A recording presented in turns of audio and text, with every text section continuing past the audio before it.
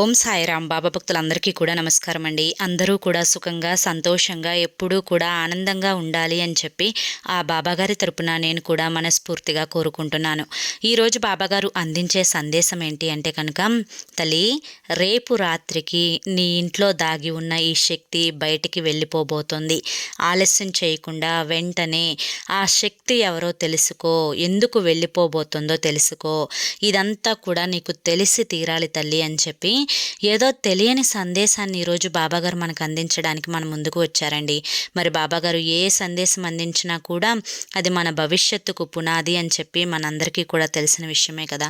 మరి బాబాగారి యొక్క సందేశం ఎవరైతే వినాలి అనుకుంటున్నారో వీడియోని పూర్తిగా చివరి వరకు చూడండి, అప్పుడే అర్థమవుతుంది. దానికంటే ముందు చాలామంది కూడా గురువుగారి గురించి అడుగుతున్నారండి.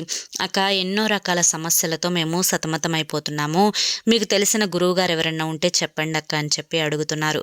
నేను పదే పదే ఈ గురువుగారి గురించి ఎందుకు చెప్తున్నాను అంటే కనుక, నేను జీవితంలో కష్ట సమయంలో ఉన్నప్పుడు అసలు ఈ కష్టం నుంచి బయటపడగలనా అనుకున్నానండి.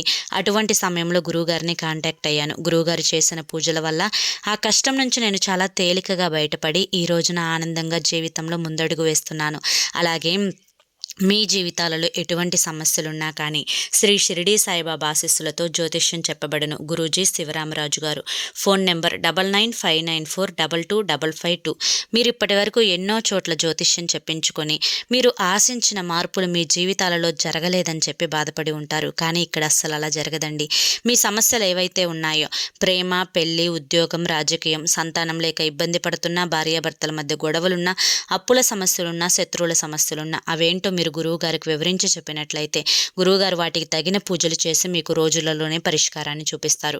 గురువుగారు చెప్పినట్లు 100కు 1000% జరుగుతుంది. నమ్మకంతో కాంటాక్ట్ అవ్వండి. మీకున్న సమస్యల నుంచి బయటపడి ఆనందంగా జీవితంలో ముందడుగు వేయండి. ఇక బాబాగారి యొక్క సందేశం ఏంటో ఆలస్యం చేయకుండా వెంటనే మనం తెలుసుకుందాం. బిడ్డ, ఒక శక్తి నీ ఇంట్లో ఇన్ని రోజుల నుంచి నువ్వు కూర్చుంటే కూర్చుంటుంది, నువ్వు నుంచుంటే నుంచుంటుంది, నువ్వు పడుకుంటే నీతో పాటు నీ పక్కనే ఉంటుంది. కానీ ఆ శక్తిని మాత్రం నువ్వు గుర్తించడం లేదు. నువ్వు ఎక్కడికి వెళ్తున్నా కానీ ఆ శక్తి నీతో పాటే అడుగులు వేస్తూ వస్తుంది.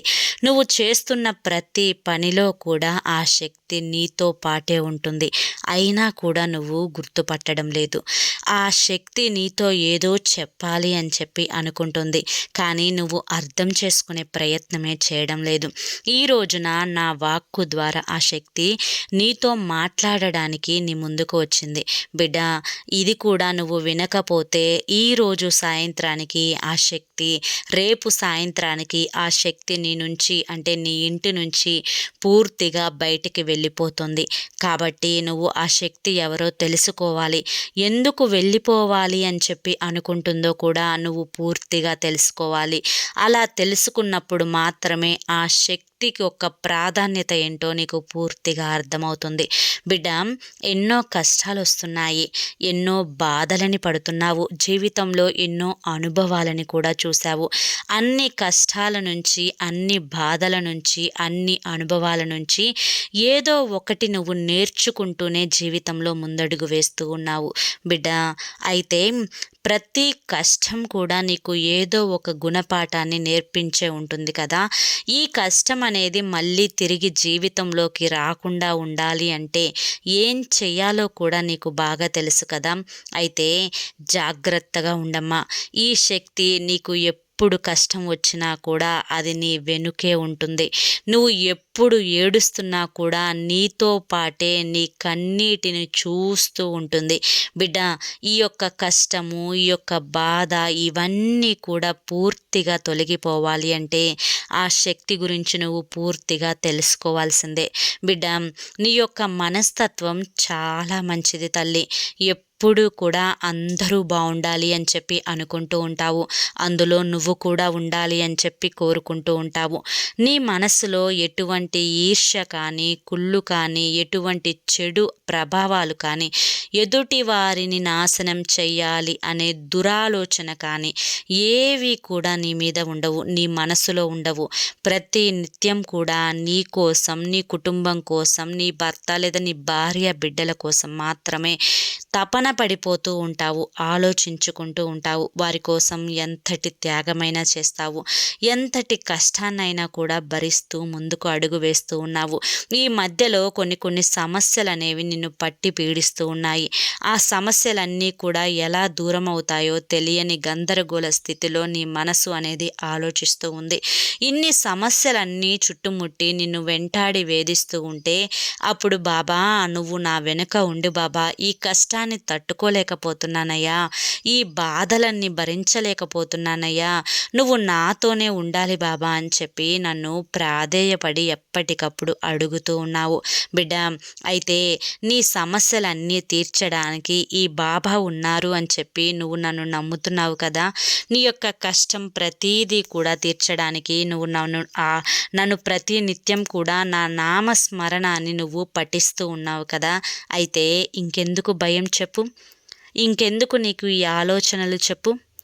నీ ఆలోచనలన్నీ, నీ బాధలన్నీ, నీ భయాలు అన్నీ కూడా పక్కన పెట్టేసాయి. ఈ రోజున నీ బాధలన్నీ, కష్టాలన్నీ, నష్టాలన్నీ, దుఃఖాలన్నీ అన్నింటినీ కూడా దూరం చేయడానికే ఈ రోజున ఈ సందేశాన్ని నీ ముందుకు తీసుకొని వచ్చాను. బిడ్డ, ఎప్పుడైనా కానీ ఈ మాట నా నోటి వెంట వస్తుంది అంటే కనుక ఏదో ఒక శక్తి అనుగ్రహం నీ మీద ఉండడం వల్ల మాత్రమే అని చెప్పి గమనించుకో. నా భక్తురాలిగా నువ్వు నియమింపబడ్డావు అంటే ఇది నీ అదృష్టం తల్లి. నీ బాధలన్నీ కూడా దూరమైపోవడానికే నువ్వు నా భక్తురాలిగా నియమింపబడ్డావు. ఈ సందేశాలన్నీ కూడా ఎప్పటికప్పుడు వినగలుగుతున్నావు. ఈ వాక్కు ఈరోజు నా నోటి వెంట పలికేలా చేస్తోంది కేవలం ఆ శక్తి మాత్రమే. ఆ శక్తి ఇన్ని రోజుల నుంచి నీతో ఉంటే నువ్వు గుర్తుపట్టలేదంట, నువ్వు తెలుసుకోలేదంట. ఆ శక్తిని నువ్వు నిర్లక్ష్యం చేస్తూ వస్తున్నావంట. ఇంతకీ ఆ శక్తి ఎవరు అనే కదా నీ ప్రశ్న. అయితే ఆ శక్తి నీ ఇంటి దేవర తల్లి, నీ కుల దైవం తల్లి, నీ ఇంటి ఇలవేల్పు తల్లి. వెనకటి రోజుల్లో నీ యొక్క తరాల వెనక్కి తిరిగి చూస్తే నువ్వు ఏ తరాన్ని గమనించినా కూడా నీ ఇంటి ఇలవేల్పుని, ఆ బంగారు తల్లిని ప్రతి సంవత్సరం కూడా, ప్రతిరోజు కూడా, ప్రతి వారం కూడా, ప్రతి నెల కూడా, నిత్యం కూడా ఆ తల్లిని కొలుచుకొని ఉండేవారు.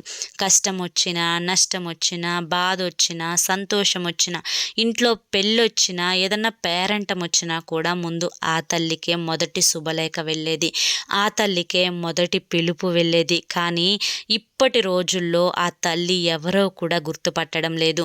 ఆ తల్లిని పూర్తిగా ఇంటి నుంచి దూరం పెట్టేసేసావు. ఆ తల్లిని అస్సలు తలుచుకోవడం లేదు. మొదటి పేరంటానికి ఆహ్వానించే ఆ తల్లిని కనీసం చివరి పేరంటాలమ్మగా కూడా నువ్వు పిలవడం లేదు. ఎందుకు అంత దూరం పెట్టావు చెప్పు. ఎందుకు ఆ తల్లి చేసిన తప్పేంటి, ఆ తల్లి చేసిన పాపమేంటి? మీ తరతరాలను రక్షించి కాపాడి మిమ్మల్ని అందరినీ కూడా ఒక కొలిక్కి తీసుకొచ్చి ఇప్పటికి కూడా మీ యొక్క మంచి చెడులు కోరుకుంటూ ఉండడమేనా ఆ తల్లి చేసిన తప్పు?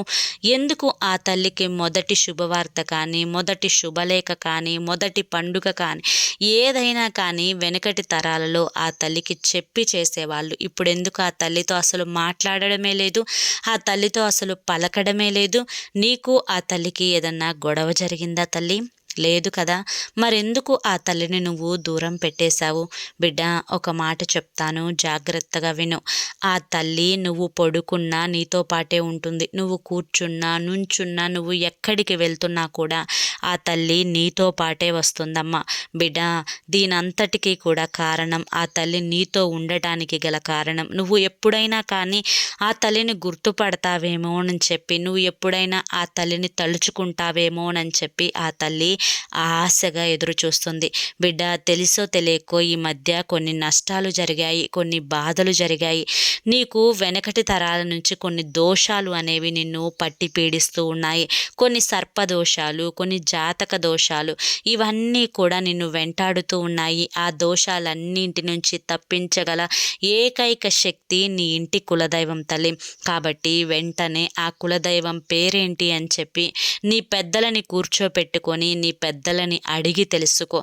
ఆ కులదైవం యొక్క గొప్పతనాన్ని నీ పెద్దలకు వివరించి చెప్పమని చెప్పి అడుగు. అప్పుడు చెప్తారు తల్లి. ఆ యొక్క కులదైవం యొక్క గొప్పతనం, ఆ ఇంటి ఎలవేల్పుని ఎంత రంగరంగ వైభవంగా వెనకటి రోజుల్లో చూసేవారు అని చెప్పి, ఆ ఇంటి దేవతకు మొదటి శుభలేఖ ఏ విధంగా వెళ్ళేది అని చెప్పి, ఇవన్నీ కూడా నీ ఇంటి పెద్దలను కూర్చోపెట్టి అడుగు. ఒక్కొక్కటి వివరించి చెప్తారు. అవి విని ఇప్పుడు నువ్వు చేస్తున్న తప్పేంటో నువ్వు అర్థం చేసుకోగలుగుతావు. మర్చిపోకుండా అవన్నీ కూడా వినే ప్రయత్నం చేయి బిడ్డ. ఇక నీలో ఉండే మరొక తప్పు ఏంటి అంటే కనుక, ఎప్పుడైనా కానీ పక్కవారిని నమ్ముతూ ఉన్నావు, పక్కవారి మాటలు వింటూ ఉన్నావు, పక్కవారి యొక్క చేష్టలు చేస్తూ ఉన్నావు. వారు ఏ పని చేస్తే నువ్వు కూడా అదే పని చేయాలి అని చెప్పి చూస్తున్నావు. అది ఎప్పటికీ కూడా సరైనది కాదు తల్లి. ఎప్పుడైనా కానీ నీ యొక్క కష్టాన్ని, నీ యొక్క తెలివితేటలను మాత్రమే నువ్వు నమ్ముకోవాలి. నీ భార్యను, నీ బిడ్డలని మాత్రమే నువ్వు నమ్ముకోవాలి. లేదా నీ భర్తను, నీ బిడ్డలను మాత్రమే నువ్వు నమ్ముకోవాలి. అలా నమ్ముకున్నప్పుడు మాత్రమే నువ్వు పైకి ఎదగగలుగుతావు అని చెప్పి గుర్తుంచుకో తల్లి. ఆ తల్లిని ఎందుకు దూరం పెట్టావో, ఆ తల్లి గురించి నీకు తెలిసి దూరం పెట్టావో, ఆ తల్లి గురించి నువ్వు తెలియక దూరం పెట్టావో, ఇదంతా కూడా నాకు తెలియదు. కానీ ఆ తల్లి నువ్వు స్మరించుకుంటావేమో అని చెప్పి, నువ్వు గుర్తు చేసుకుంటావేమోనని చెప్పి ఎప్పటికప్పుడు నీతోనే ఉంది. నీ కష్టంలోనూ తోడుగా ఉంది, నీ బాధలోనూ తోడుగా ఉంది. ప్రతి దాంట్లో కూడా నీకు అండగా, రక్షగా ఉంది ఆ తల్లి. కాబట్టి ఆ తల్లిని నువ్వు ఇకపైనైనా కానీ నిర్లక్ష్యం చేయకుండా, ఆ తల్లి ఎవరో నువ్వు అడిగి తెలుసుకొని, వీలైతే ఆ తల్లి ఫోటోని ఇంట్లో పెట్టుకొని పూజించు. లేదా ఫోటో పెట్టుకోకూడదు అనుకుంటే, నీకు కుదిరితే, నీకు దగ్గరలో ఉంటే ఒకసారి ఆ తల్లి దేవాలయానికి వెళ్ళి ఇన్ని రోజులు కూడా మర్చిపోయినందుకు ఆ తల్లిని క్షమాపణ అడిగి, నువ్వు పడుతున్న బాధలు, నువ్వు పడుతున్న కష్టాలు అన్నీ కూడా ఆ తల్లికి చెప్పి, నీ జీవితంలో ఏమేమి కోరికలు నెరవేరాలో ఆ తల్లిని నెరవేర్చమని అడిగి, నీ యొక్క కష్టము, సుఖము, దుఃఖము, బాధ అన్నీ కూడా ఆ తల్లికి వివరించ చెప్పిరా. బరువు బాధ్యతలన్నీ కూడా ఆ తల్లి మీదే వదిలేసే. ప్రతి ఆదివారం వీలు కుదిరితే వెళ్ళిరా. లేదా నెలకొక్కసారైనా, అది నువ్వు విదేశాల్లో ఉంటే కనీసం ఆ తల్లిని ఇంటి దగ్గర ఉన్న వాళ్ళకైనా చెప్పి చూపించమని అడుగు. ఇంటిళ్ళ పాది ఆ తల్లి దర్శనం చేసుకోండి. ఆ తల్లి అమలుగన్న అమ్మ, ఆ బంగారు తల్లి కనుక, మీ తోడే ఉంటే కనుక, మీతో పాటే ఉంటే కనుక మీరు పట్టిందల్లా కూడా బంగారం అవుతుంది. ఏ పని చేసినా కానీ ఆ పనికి ఎదురుండదు, తిరుగుండదు. ప్రతి పనిలో కూడా నువ్వు విజయాన్ని సాధించగలుగుతావు. ప్రతి మాటలో కూడా నీకు ఒక గుర్తింపు ఏర్పడుతుంది. నీకున్న కష్టాలన్నింటి నుంచి నువ్వు బయటపడగలుగుతావు. తెలుసో తెలియకో చేసిన కర్మలన్నింటి నుంచి కూడా నువ్వు బయటపడి, నీ జాతక దోషాలన్నీ కూడా పూర్తిగా తొలగిపోయి, నీ యొక్క ఆ దురదృష్టం, ఆ దరిద్రం ఏవైతే నిన్ను పట్టి పీడిస్తూ ఉన్నాయో అవన్నీ కూడా పూర్తిగా వెళ్ళిపోయి, నువ్వు పట్టిందల్లా కూడా బంగారం అవుతుంది తల్లి. నువ్వు చేస్తున్న పనుల యందు నీకు అమ్మ దీవెన ఉంటుంది. నీ బిడ్డల యందు, నీ బిడ్డల చదువుల యందు అమ్మ దీవెన ఉంటుంది. నీ ఇంటిని కంటికి రెప్పలాగా కాపాడుకుంటూ వస్తుంది.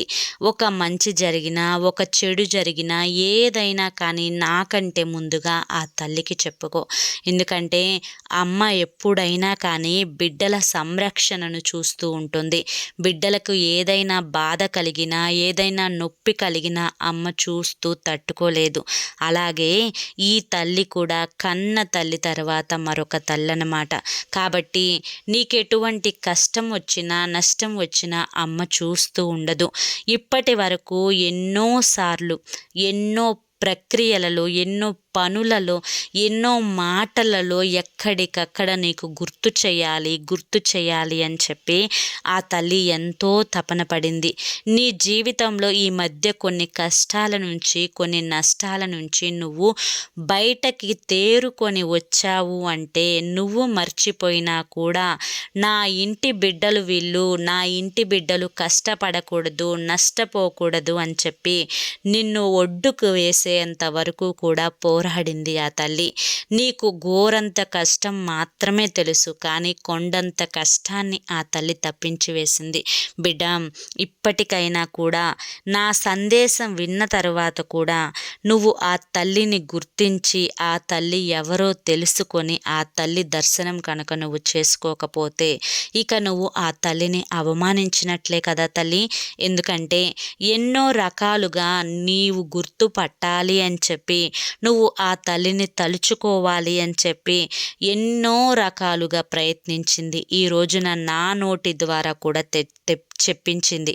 అయినా కూడా నువ్వు నిర్లక్ష్యం చేస్తే ఇక ఆ తల్లి, ఆ శక్తి నీ ఇంటి నుంచి వెళ్ళిపోతుంది. ఇక దానికి ఎవ్వరూ కూడా ఏమీ చేయలేరమ్మా. అలా వెళ్ళిపోకుండా ఆ తల్లి నీ ఇంట్లోనే ఉండాలి అని చెప్పి నువ్వు అనుకుంటే నువ్వు ఆ తల్లిని వెంటనే స్మరించుకో. ఇన్ని రోజులు కూడా నిర్లక్ష్యం చేసినందుకు క్షమాపణ అడుగు.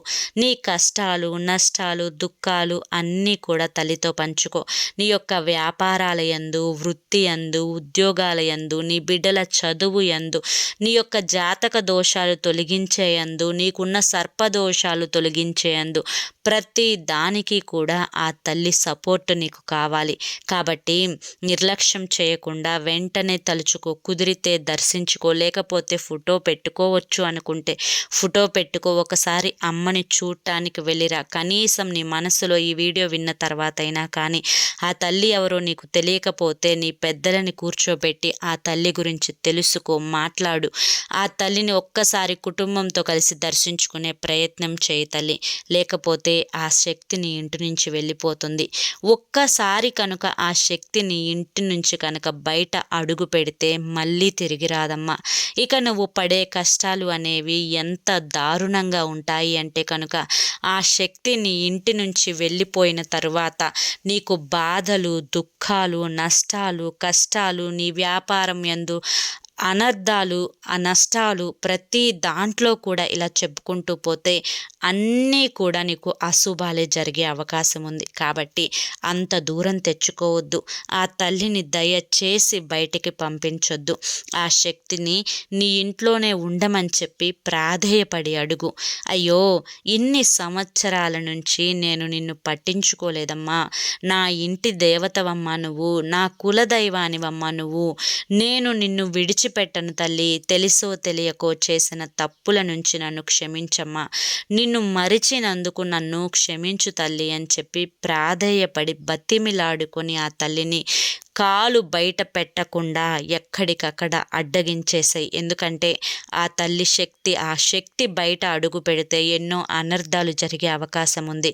కాబట్టి ఆ శక్తి బయట అడుగు పెట్టకుండా చూసుకోవాల్సిన పూర్తి బాధ్యత అనేది నీ మీదే ఉందమ్మా అని చెప్పి ఈరోజు బాబాగారు మనకి ఆ శక్తి గురించి చెప్పడానికి మన ముందుకు వచ్చారండి. ఇది ఎంతైనా కూడా వాస్తవమే. ఎందుకంటే ఇప్పుడున్న ఈ బిజీ లైఫ్ స్టైల్లో ఎవరి పనులు వారు చూసుకుంటూ ఆ శక్తిని మర్చిపోతున్నాం. అంటే ఇంటి దేవతను, కులదైవాన్ని స్మరించుకోవడం మర్చిపోతున్నాము. కాబట్టి మనకి గుర్తు చేయడానికే బాబాగారు ఈరోజు మన ముందుకు ఈ సందేశాన్ని తీసుకొని వచ్చారు. మన అమ్మమ్మలు, నాన్నమ్మలు, వాళ్ళ అమ్మమ్మలు, వాళ్ళ అమ్మలు వీళ్ళందరినీ గమనించుకుని ఉన్నట్లయితే ఏ కష్టం వచ్చినా అమ్మ దగ్గరికి వెళ్ళి చెప్పుకునేవారు. ఏ నష్టం వచ్చినా కూడా అమ్మ దగ్గరికి వెళ్ళే చెప్పుకునేవారు. ఇంట్లో ఏదన్నా శుభకార్యం జరిగితే వెంటనే మొదటి శుభలేఖ అమ్మకు చూపించి, ఇంటి ఆడబిడ్డను అమ్మకు చూపించి అమ్మ ఆశీర్వాదం తీసుకొని పెళ్లిపేటల మీదకు తీసుకొని వెళ్ళేవారు. అంతటి గౌరవాన్ని ఇచ్చే ఆ తల్లిని ఈరోజు కనీసం గుర్తుంచుకోవడం కూడా మర్చిపోతే ఆ శక్తి ఎన్ని రోజులు మన ఇంట ఉండి మనం గుర్తు చేస్తాము, మనం గుర్తుంచుకుంటాము, మనకి గుర్తుకు వస్తుంది అని చెప్పి ఎంతవరకు ఎదురు చూస్తుంది చెప్పండి. కాబట్టి ఇకపైనైనా కానీ మీ పెద్దవాళ్ళని అడిగి ఇంటి కులదైవం ఎవరు అని చెప్పి తెలుసుకొని పూజలు చేయడం ప్రారంభించండి. ఆ తల్లిని గుర్తు చేసుకోవడం ప్రారంభించండి. మరి ఈ వీడియో మీ అందరికీ కూడా నచ్చింది అనుకుంటున్నాను. అనుకుంటున్నాను. నచ్చింది అనిపిస్తే ఈ వీడియోకి ఒక చిన్న లైక్ ఇవ్వండి. కింద కామెంట్ సెక్షన్లో ఓం సాయిరామ్ అని చెప్పి టైప్ చేయండి. మీకు టైప్ చేయడం రాకపోతే ఒక చిన్న లవ్ సింబల్ కానీ, ఒక చిన్న నమస్కారం సింబల్ కానీ కింద కామెంట్ సెక్షన్లో పెట్టండి. మొదటిసారి మన సాయి పిలుపు ఛానల్లోకి వచ్చినట్లయితే మన ఛానల్ని సబ్స్క్రైబ్ చేసుకొని సపోర్ట్ చేయండి. ఎందుకంటే మరికొంతమంది బాబా భక్తులకు ఈ వీడియోస్ అనేవి రీచ్ అవ్వాలి అంటే మీ సబ్స్క్రైబ్ చాలా ముఖ్యం. మీరు ఇచ్చే లైక్ కూడా చాలా ముఖ్యం. కాబట్టి తప్పకుండా సబ్స్క్రైబ్ చేసుకొని లైక్ ఇవ్వడం మాత్రం మర్చిపోవద్దు. మరి రేపు మరొక మంచి వీడియోతో మళ్ళీ కలుసుకుందాం. అంతవరకు కూడా ఆ బాబాగారి యొక్క ఆశీస్సులు అనేవి మీ మీద ఉండాలి అని చెప్పి మనస్ఫూర్తిగా కోరుకుంటూ సర్వే జన సుఖినో భవంతు. ఓం సాయిరామ్.